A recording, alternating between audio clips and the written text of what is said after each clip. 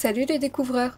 Aujourd'hui je vous emmène à la découverte d'un complexe sportif pour le moins étonnant qui était très populaire dans le Paris du XXe siècle, le Rathodrome. Un rathodrome est un lieu où l'on pratique la chasse à l'anglaise, un sport pour le moins insolite au cours duquel un chien se bat contre des rats. Très populaire en Grande-Bretagne et en Belgique, cette pratique n'arrive que tardivement en France et devient l'un des divertissements favoris des Parisiens au début du XXe siècle. Paris doit son premier rathodrome à un Belge, un certain Gustave Crouet.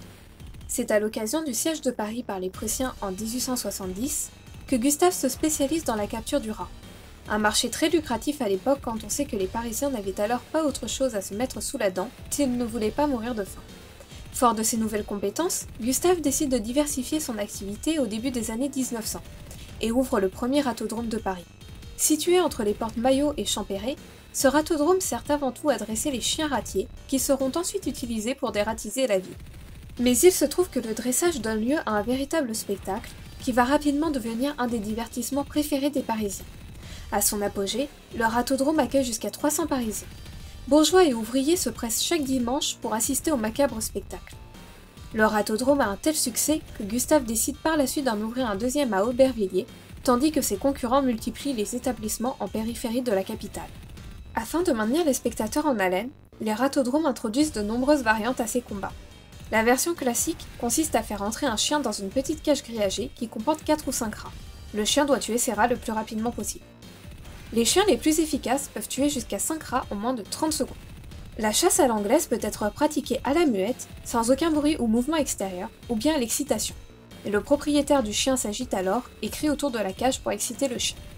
Gustave propose également la chasse à l'obstacle, qui est la version la plus populaire. 5 ou 6 pots de fleurs sont retournés sur le sol, et seul l'un de ces pots dissimule un rat. Le chien doit alors trouver le rat et le tuer le plus rapidement possible. Cette volonté de divertir le public va si loin qu'en 1913, ce ne sont plus des chiens que doivent affronter les rats, mais bien des humains, qui n'ont le droit d'utiliser que leurs dents pour combattre. Un décret interdit cependant rapidement cette pratique festive. On imagine facilement le nombre de rats qui sont utilisés lors de ces journées de chasse. Les amateurs de l'époque estiment que le propriétaire d'un rathodrome doit utiliser une centaine de rats par heure. Pour réalimenter les stocks, on s'adresse aux chasseurs de rats ou aux videurs de poubelles. Ce marché s'avère plutôt lucratif pour les deux professions, qui peuvent obtenir 25 centimes par rat capturé et en bonne santé. La Première Guerre mondiale marque un temps d'arrêt pour les rathodromes, sauf pour Gustave, qui reconvertit ses chiens en dératiseurs des tranchées. Mais la chasse à l'anglaise n'est pas morte, et l'activité des rathodromes repart de plus belle après le conflit. La preuve en est le championnat organisé par le Ratier Club de France, à Paris, en 1920. Il y a bien quelques voix qui s'élèvent contre l'événement de la part des défenseurs des droits des animaux, mais elles sont bien faibles contre l'opinion publique qui considère ces rongeurs comme des nuisibles. Les rathodromes finissent par disparaître progressivement au cours des années 1930. De nos jours, les rats sont toujours bien présents dans notre capitale, mais ont l'esprit plus tranquille, car ils ne craignent plus d'être capturés pour être jetés dans l'arène. Si le sujet des rathodromes vous a plu, vous serez probablement intéressé par notre article sur les rats à Paris. Vous découvrirez tout sur la vie et la présence du rongeur dans la capitale. Je vous mets le lien vers notre article dans la description. Avant de terminer cette vidéo, j'en profite pour vous annoncer que nous lançons nos premières visites guidées virtuelles avec un guide en direct live. Si vous voulez découvrir les trésors de Paris lors d'une expérience 100% en ligne, immersive et ludique, n'hésitez pas à vous inscrire.